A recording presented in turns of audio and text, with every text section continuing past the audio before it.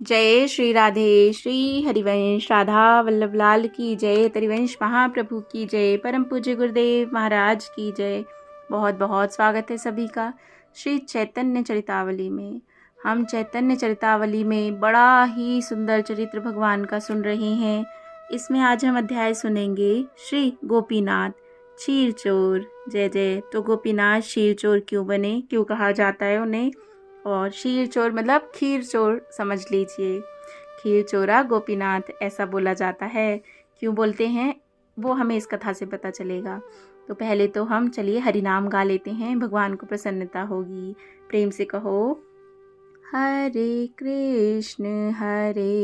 कृष्णा कृष्णा कृष्ण हरे हरे, हरे राम रामा रामा हरे हरे, हरे कृष्णा राधे राधे। चलिए शुरू करते हैं। भक्तों के सहित आनंद विहार करते करते जलेश्वर, ब्रह्मकुंड, मंदार आदि पर्वतों में दर्शन स्नान करते हुए महाप्रभु रेमुणाए नामक तीर्थ में पहुँचे। वहाँ जाकर क्षीर चोर गोपीनाथ भगवान के मंदिर में जाकर प्रभु के दर्शन के लिए गए। प्रभु आनंद में विभोर होकर गोपीनाथ भगवान की बड़े ही करुण स्वर में स्तुति करने लगे। स्तुति करते करते वे प्रेम में बेसुध हो गए। अंत में उन्होंने भगवान के चरण कमलों में साष्टांग प्रणाम किया। उसी समय भगवान के शरीर से एक पुष्पों का बड़ा भारी गुच्छा निकलकर ठीक प्रभु के मस्तक के ऊपर गिर पड़ा। सभी दर्शनार्थी तथा पुजारी प्रभु के ऐसे भक्तिभाव को देखकर अत्यंत ही प्रसन्न हुए और महाप्रभु के प्रेम की सराहना करने लगे। प्रभु ने उस पुष्प गुच्छ को भगवान की प्रसादी समझकर भक्तिभाव से सिर पर धारण कर लिया और बहुत देर तक भक्तों के सहित मंदिर में संकीर्तन करते रहे।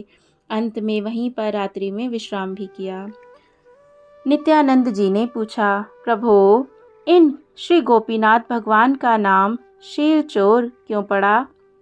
प्रभु ने हंसकर उत्तर दिया, आपसे क्या छिपा होगा। गोपीनाथ भगवान को क्षीर चोर बनाने वाले आपके पूज्यपाद गुरुदेव और मेरे गुरु के भी गुरु श्रीमन माधवेंद्र पुरी जी महाराज ही हैं। जय जय श्री राधे। तो कौन है? भगवान ने क्या कहा? तो गोपीनाथ को क्षीर चोर बनाने वाले आपके पूज्यपाद गुरुदेव, साक्षात नित्यानंद जी के गुरुदेव, और भगवान कहते हैं मेरे गुरु के भी गुरु श्रीमन माधवेंद्र पुरी जी महाराज हैं। उनके मुख से आपने क्षीर चोर भगवान की कथा अवश्य ही सुनी होगी, किंतु फिर भी आप अन्य भक्तों के कल्याण के निमित्त मेरे मुख से इस कथा को सुनना चाहते हैं। तो जिस प्रकार मैंने अपने पूज्यपाद गुरुदेव श्री ईश्वरपुरी के मुख से सुनी है उसे सुनाता हूँ। ऐसी कथाओं को तो बार बार सुनना चाहिए। इन कथाओं के श्रवण से भगवान के पाद पद्मों में प्रीति उत्पन्न होती है और भगवान की भक्त वत्सलता के विषय में दृढ़ भावना होती है कि वे अपने भक्तों की इच्छा पूर्ति के निमित्त सब कुछ कर सकते हैं। ऐसी कथाओं के संबंध में यह कभी नहीं कहना चाहिए कि यह तो हमारी सुनी हुई है, इसे फिर क्यों सुने। जैसे एक दिन भर पेट भोजन कर लेने पर दूसरे दिन फिर उसी प्रकार के भोजन करने की इच्छा होती है, इसी प्रकार भक्तों को भगवान के संबंध की कथाएं सुनने में कभी उपेक्षा नहीं करनी चाहिए। वे जितनी भी बार सुनने को मिले उन्हें सुनना चाहिए। भक्त और भगवत संबंधी कथाओं के संबंध में सदा अतृप्त ही बने रहना चाहिए। ये सारी बातें हमारे लिए हैं। अक्सर क्या होता है, हमारा अगर कोई प्रसंग कुछ सुना हुआ होता है तो हम फट से बोलते हैं ये सुना है, हाँ मुझे पता है। ऐसे नहीं करना चाहिए। अगर कोई कुछ बता रहा है तो उसे सुनो और उतने ही प्रेम भाव से सुनो। अच्छा, तो मैं क्षीर चोर गोपीनाथ के उस पूर्ण आख्यान को आप लोगों के सामने कहता हूँ। आप सभी लोग ध्यानपूर्वक सुने। प्रभु की ऐसी बात सुनकर सभी भक्त उत्सुकता पूर्वक प्रभु के मुख की ओर देखने लगे और भी 10-20 भद्र पुरुष वहां आ बैठे। वे भी प्रभु के मुख से क्षीर चोर भगवान की कथा सुनने के निमित्त बैठ गए। सबको उत्सुकता पूर्वक अपनी ओर टकटकी लगाए देखकर प्रभु बड़े ही मधुर स्वर में कहने लगे, मेरे गुरु के भी गुरु वैकुंठवासी भगवान माधवेंद्रपुरी की कृष्ण भक्ति अलौकिक थी। वे अहर्निश श्री कृष्ण कीर्तन में लगे रहते थे। सोते जागते वे सदा श्री हरि के ही रूप का चिंतन करते थे। उनकी जीवा को भगवान नाम का ऐसा चस्का लग गया था कि वह कभी खाली नहीं रहती। सदा उन जगतपति के मंगलमय मंजुल नामों का ही बखान करती रहती। उनकी इस उत्कट भक्ति के ही कारण भगवान को खीर की चोरी करनी पड़ी। भगवान माधवेंद्रपुरी एक बार ब्रज की यात्रा करते करते गिरिराज गोवर्धन पर्वत के समीप पहुँचे। वहाँ पर गिरी कानन की कमनीय छटा को देखकर वे मंत्रमुग्ध से बन गए और वहीं गिरिवर के समीप विचरण करने लगे। एक दिन उन्होंने गोवर्धन के निकट जंगल में एक वृक्ष के नीचे निवास किया। पुरी महाराज की अयाचित वृत्ति थी। वे भोजन के लिए भी किसी से याचना नहीं करते थे। प्रारब्धवशात जो भी कुछ मिल जाता उसे ही संतोष पूर्वक पाकर कालयापन करते थे। उस दिन उन्हें दिन भर कुछ भी आहार नहीं मिला। शाम के समय वे उसी वृक्ष के नीचे बैठे भगवान नामों का उच्चारण कर रहे थे कि उन्हें किसी के पैरों की आवाज़ सुनाई दी। वे चौंककर पीछे की ओर देखने लगे। उन्होंने देखा कि एक काले रंग का 11-12 वर्ष की अवस्था वाला बालक हाथ में दूध का पात्र लिए उनकी ओर आ रहा है। शरीर का रंग काला होने पर भी बालक के चेहरे पर अद्भुत तेज प्रकाशित हो रहा था। उसके सभी अंग सुडौल, सुंदर और चित्ताकर्षक थे। उनके बड़े ही कोमल स्वर में कुछ हंसते हुए उसने कहा, महात्मा जी भूखे क्यों बैठे हो? लो दूध पी लो। पुरी ने पूछा, तुम कौन हो और तुम्हें इस बात का कैसे पता चला कि मैं यहाँ जंगल में बैठा हूँ? बालक ने हंसते हुए कहा, मैं जाति का ग्वाला हूँ। मेरा घर इसी झाड़ी के समीप के ग्राम में है। मेरी माता अभी जल भरने यहाँ आई थी। उसी ने आपको यहाँ बैठे देखा था और घर जाकर उसी ने मुझसे दूध दे आने को कह दिया। इसीलिए मैं जल्दी से गऊ को दूकर आपके लिए दूध ले आया हूँ। आपके यहाँ का यह नियम है कि हमारे ग्राम के समीप कोई भी भूखा नहीं सोने पाता। जो मांगकर खाते हैं हम उन्हें रोटी देते हैं और जिनका अयाचित व्रत है उन्हें उनकी इच्छा के अनुसार दूध, फल तथा अन्य के बने पदार्थ दे जाते हैं। आप इस दूध को पी लें। मैं फिर आकर इस पात्र को ले जाऊंगा। इतना कहकर वह बालक चला गया। पुरी महाशय ने उस दूध को पिया। इतना स्वादिष्ट दूध उन्होंने अपने जीवन में पहले कभी नहीं पिया था। वे मन में अत्यंत ही प्रसन्न होते हुए उस दूध को पीने लगे। उनके हृदय में उस सांवले ग्वाले ने लकड़े की सूरत गड़ गई उस सांवले लड़के की सूरत गड़ गई थी। वे बार बार उसका चिंतन करने लगे। दूध पीकर पात्र को पृथ्वी पर रख दिया और उस ग्वाल कुमार की प्रतीक्षा में बैठे रहे। आधी रात्रि बैठे ही बैठे बीत गई, किंतु वह ग्वाल कुमार नहीं लौटा। अब तो पुरी महाराज की उत्सुकता उस लड़के को देखने की अधिकाधिक बढ़ने लगी। उसी स्थिति में उन्हें कुछ तंद्रा सी आ गई। उसी समय सामने वही बालक खड़ा हुआ दिखाई देने लगा।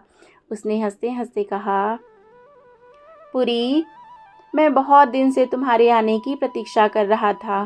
तुम आ गए, यह अच्छा ही हुआ। ग्वाले के लड़के के वेश में मैं ही तुम्हें दुग्ध दे गया था। अब तुम मेरी फिर से यहाँ प्रतीक्षा करो। मैं यहाँ इस पास की झाड़ी के नीचे दबा हुआ हूँ। पहले मेरा यहाँ मंदिर था।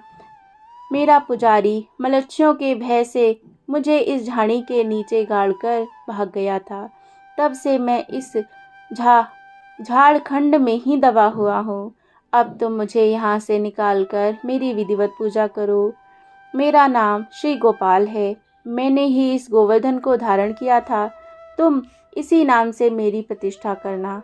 इतना कहकर वह बालक पुरी का हाथ पकड़कर उस कुंज के समीप ले गया और उन्हें वह स्थान दिखा दिया।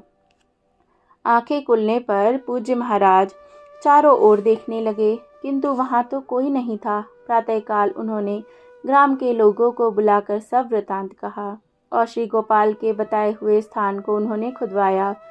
बहुत दूर खोदने पर उसमें से एक बहुत ही सुंदर श्याम वर्ण की सुंदर सी मन को मोहने वाली मूर्ति निकली। पुरी ने उसी समय ग्रामवासियों से एक छप्पर छपवाकर उसमें एक ऊंचा सा आसन बनाया और उसके ऊपर उस श्री गोपाल मूर्ति को स्थापित किया। मूर्ति को स्थापित करके उन्होंने विधिवत भगवान को पंचामृत से स्नान कराया। फिर शीतल जल से भगवान के श्री विग्रह को खूब मलमल कर धोया। सुगंधित चंदन घिसकर संपूर्ण शरीर पर लेपन किया और दूध, दीप, नैवेद्य तथा वन्य फल फूलों से उनकी विधिवत पूजा करी। अब पुरी महाराज ने अन्नकूट उत्सव करने का निश्चय किया। उस ग्राम में जितने ब्राह्मणों के घर थे सभी से कह दिया कि वे यथाशक्ति अपने घर से भोजन की सामग्री लेकर अपनी अपनी स्त्रियों के सहित यहाँ अपनी अपनी रुचि के अनुसार भांति भांति के व्यंजन बनावें। सभी ब्राह्मणों ने प्रसन्नता पूर्वक पुरी की आज्ञा का पालन किया। वे अपने अपने घरों से बड़े बड़े घड़ों में दूध, दही तथा घृत भर भर कर पुरी की कुटिया के समीप आने लगे। ग्वालों ने अपने घर का संपूर्ण दूध दे दिया।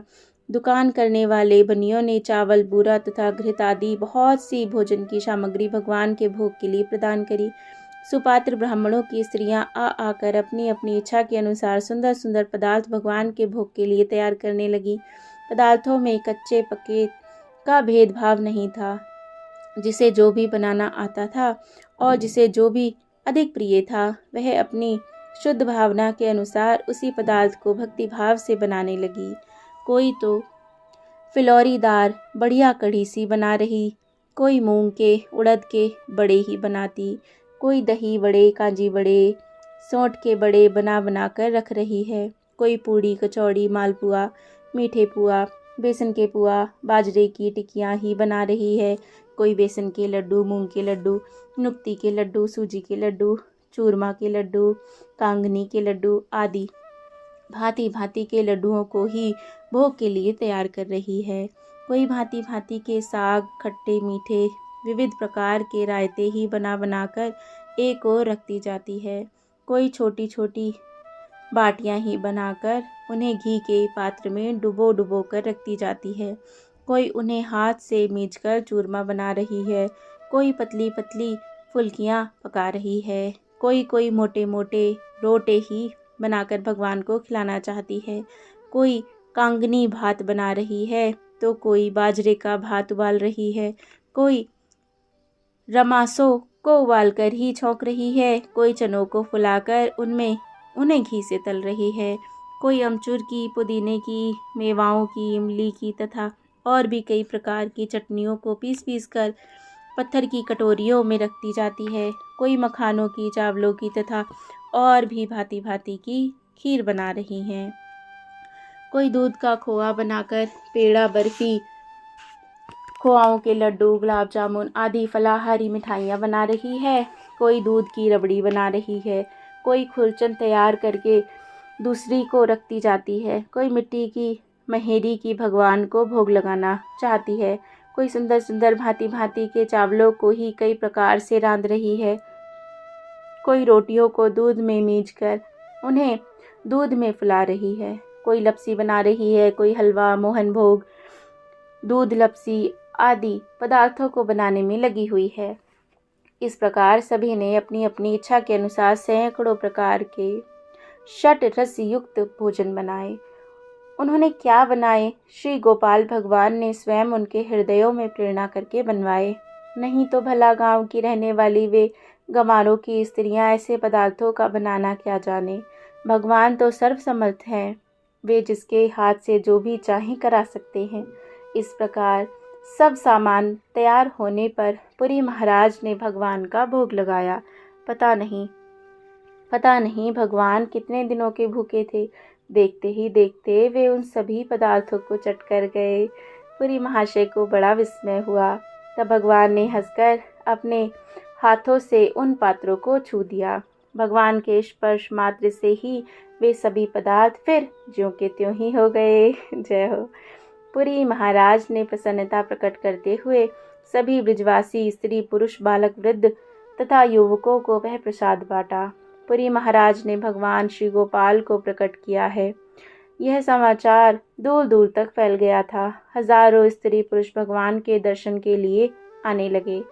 उस दिन भगवान के दर्शन को जो भी आता उसे ही पेट भरकर प्रसाद मिलता। रात्रि पर्यंत हजारों आदमी आते जाते रहे, किंतु अंत तक सभी को यथेष्ट प्रसाद मिला। कोई भी प्रसाद से विमुख होकर नहीं रहा।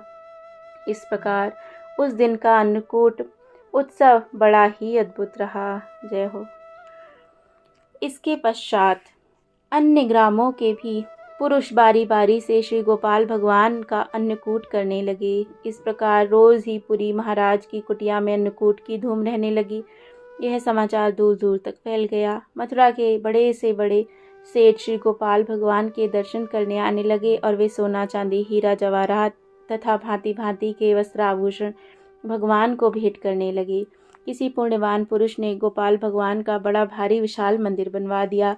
सभी ब्रजवासियों ने एक एक दो दो गाय मंदिर के लिए भेंट कर दी।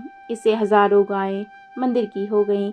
पुरी महाराज बड़े ही भक्तिभाव से भगवान की पूजा सेवा करने लगे। उनका शरीर कुछ क्षीण सा हो गया था। वे सेवा पूजा के लिए कोई योग्य शिष्य चाहते थे। उसी समय गौड़ देश से दो सुंदर युवक आकर पुरी महाराज के शरणापन्न हुए। पुरी ने उन्हें योग्य समझकर दीक्षित किया और उन्हें श्री गोपाल भगवान की पूजा का काम सौंपा। इस प्रकार 2 वर्षों तक पुरी महाराज श्री गोपाल भगवान की पूजा करते रहे। जय हो। एक दिन स्वप्न में भगवान ने पुरी महाराज से कहा, माधवेंद्र, बहुत दिनों तक पृथ्वी के अंदर रहने के कारण हमारे संपूर्ण शरीर में दाह होती है। यदि तू जगन्नाथपुरी से मलयागिरी चंदन लाकर हमारे शरीर में लेपन करे तो हमारी यह गर्मी शांत हो। भगवान की आज्ञा शिरोधार्य करके दूसरे दिन शिष्यों को पूजा का काम सौंपकर और भगवान से आज्ञा प्राप्त करके पुरी महाराज ने नीलाचल के लिए प्रस्थान किया। इसी यात्रा में वे नवद्वीप पधारे और अद्वैताचार्य के घर पर आकर ठहरे। आचार्य उनके अद्भुत भक्तिभाव को देखकर उनके भगवत प्रेम पर आसक्त हो गए और उन्होंने पुरी महाराज से मंत्र दीक्षा लेकर उन्हें अपना गुरु बना लिया। कुछ दिन शांतिपुर में रहकर और अद्वैताचार्य को दीक्षा देकर पुरी महाराज नीलाचल के लिए चले गए। चलते चलते वे यहाँ रेमुड़ाए में आए। रेमुड़ाए नाम है जगह का। उन्होंने श्री गोपीनाथ के दर्शन किए। श्री गोपीनाथ भगवान के दर्शन से पुरी को अत्यंत ही प्रसन्नता हुई। यहाँ पर भगवान का साज श्रृंगार भोग राग बड़ी ही भावमय पद्धति से किया जाता था। पुरी महाराज वहाँ की पूजा पद्धति को खूब ध्यानपूर्वक देखते रहे। अंत में उन्होंने पुजारियों से पूछा, यहाँ पर भगवान का भोग मुख्य किस वस्तु का लगता है? पुजारियों ने उत्तर दिया, यहाँ श्री गोपीनाथ भगवान का क्षीर भोग ही सर्वोत्तम प्रधान भोग है। गोपीनाथ जी को क्षीर को अमृत केली नाम से पुकारते हैं। खीर को अमृत केली या क्षीर कहते हैं। गोपीनाथ की प्रसादी खीर सर्वत्र प्रसिद्ध है। 12 पात्रों में शाम को खीर का भोग लगाया जाता है। पुरी महाराज की इच्छा थी कि मैंने पूजा की पद्धति तो समझ ली, किंतु खीर कैसी होती है इसे मैं ठीक नहीं समझ सका। यदि भगवान की प्रसादी थोड़ी सी खीर मिल जाती तो उसका स्वाद देखकर मैं भी अपने श्री गोपाल को ऐसी ही खीर अर्पण करता। इस विचार के मन में आते ही उन्हें भय प्रतीत हुआ कि यह मेरी जीव लोलुपता तो नहीं, ऐसे भाव रसना स्वाद के निमित्त तो मेरे हृदय में उत्पन्न नहीं हो गए। फिर उन्होंने सोचा, भगवान के प्रसाद में क्या इंद्रिय लोलुपता, मैं जीवा स्वाद के लिए तो इच्छा नहीं कर रहा। अपने भगवान को भी ऐसी ही खीर खिलाने की इच्छा है मेरी। इन विचारों से उन्हें कुछ संतोष हुआ, किंतु वे किसी से प्रसाद मांग तो सकते नहीं थे, कारण कि उनका तो अयाचित व्रत था। बिना मांगे जो कुछ भी मिल जाता उसी से जीवन निर्वाह करते। इसीलिए प्रसाद को चखने की उनकी इच्छा मन ही मन में रह गई। उन्होंने किसी के सामने अपनी इच्छा प्रकट नहीं की। संध्या को भोग लगाकर शयन आरती हो गई। भगवान के कपाट बंद कर दिए गए। सभी लोग अपने अपने घरों को चले गए। पुरी महाशय भी गांव से थोड़ी दूर पर एक कुटिया में जाकर पड़ गए। आधी रात्रि के समय पुजारी ने स्वप्न देखा, मानो साक्षात गोपीनाथ भगवान उसके सामने खड़े होकर कह रहे हैं, पुजारी पुजारी, तुम अभी उठकर मेरा एक जरूरी काम करो। मेरा एक परम भक्त माधवेंद्रपुरी नाम का महाभागवत सन्यासी ग्राम के बाहर ठहरा हुआ है। उसकी इच्छा मेरे क्षीर प्रसाद को पाने की है। अपने भक्त की मनोवांछा को पूर्ण करने के निमित्त मैंने अपने भोग के 12 पात्रों में से एक को चुराकर अपने वस्त्रों में छिपा लिया है। तुम उसे ले जाकर अभी माधवेंद्र को दे आओ। इतना सुनते ही पुजारी चौंक कर उठ पड़ा। उसने भगवान के पट खोलकर उनके वस्त्रों को देखा। सचमुच उनमें एक क्षीर से भरा हुआ पात्र रखा था। पुजारी उस पात्र को लेकर नगर के चारों ओर चिल्लाता फिर रहा था, माधवेंद्रपुरी किनका नाम है? जो माधवेंद्रपुरी नाम के साधु हों वे इस क्षीर के पात्र को ले लें। भगवान ने उसके निमित्त क्षीर की चोरी की है। इस प्रकार चिल्लाते पुजारी उसी स्थान पर पहुंचा जहां पुरी महाराज ठहरे थे। भगवान के पुजारी के मुख से अपना नाम सुनकर पुरी महाराज बाहर निकले और कहने लगे, महाराज मेरा ही नाम माधवेंद्रपुरी है, कहिए क्या आज्ञा है? पुरी महाराज का परिचय पाकर पुजारी उनके पाद पद्मों में प्रणत हुआ और बड़े ही विनीत वचनों से कहने लगा, महाभाग आप धन्य हैं। आपकी इस अलौकिक भक्ति को कोटि कोटि धन्यवाद। आज हम आपके दर्शनों से कृतार्थ हुए। इतने दिन की भगवान की पूजा का फल आज प्राप्त हो गया। हम जैसे पैसों के गुलामों को भगवान के साक्षात दर्शन तो हो ही कैसे सकते हैं, किंतु हम अपना इसी में अहोभाग्य समझते हैं कि भगवान की पूजा करने के प्रभाव से आप जैसे भगवान के परम प्रिय भक्त के दर्शन हो गए। हम तो आपको साक्षात भगवान ही समझते हैं, जिनकी मनोवांछा पूर्ण करने के निमित्त चराचर विश्व के एकमात्र अधिपति भगवान ने भी चोरी की, वे भी चोर बने। वे महाभागवत तो भगवान से भी बढ़कर हैं। यह लीजिए, भगवान ने यह क्षीर आपके लिए चुरा कर रख छोड़ी थी। उन्हीं की आज्ञा से मैं इसे आपके पास लाया हूँ। पुजारी के मुख से अपनी प्रशंसा सुनकर पुरी महाराज लज्जित हुए। वे भगवान की कृपालुता, भक्त वत्सलता और अपने भक्तों के प्रति अपार ममता के भावों को स्मरण करके प्रेम में विभोर होकर रुदन करने लगे। रोते रोते उन्होंने भगवान का दिया हुआ वह महाप्रसाद दोनों हाथ फैलाकर अत्यंत ही दीन भाव से भिखारी की भांति ग्रहण किया। एकांत में प्रेम में पागल हुए उस महाप्रसाद को वे पाने लगे। उस समय के उनके अनिर्वचनीय आनंद का अनुमान लगा ही कौन सकता है। एक तो भगवान का महाप्रसाद और दूसरे साक्षात भगवान ने अपने हाथ से चोरी करके दिया। पुरी रोते जाते थे और उस प्रसाद को पाते जाते थे। चारों ओर से पात्र को खूब चाट कर पुरी ने प्रसाद पाया। फिर जल डालकर उसे धोकर पी गए और उस मिट्टी के पात्र के टुकड़े करके उन्हें अपने वस्त्रों में बांध लिया। भला भगवान के दिए हुए पात्र को वे फेंक कैसे सकते थे?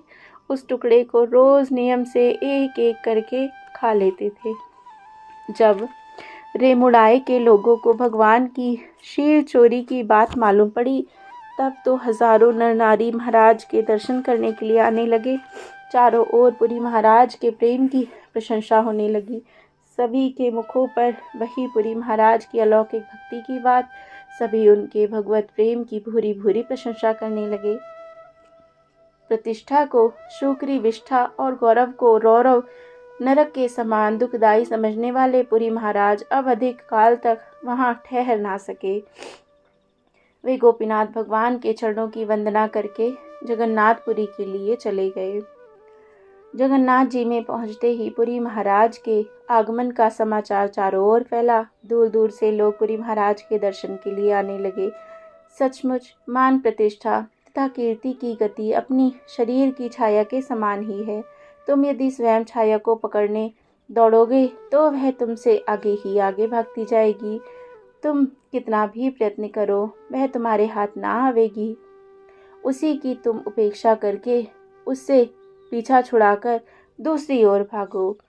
तुम चाहे उससे कितना भी पीछा छुड़ाना चाहो, किंतु वह तुम्हारा पीछा नहीं छोड़ेगी।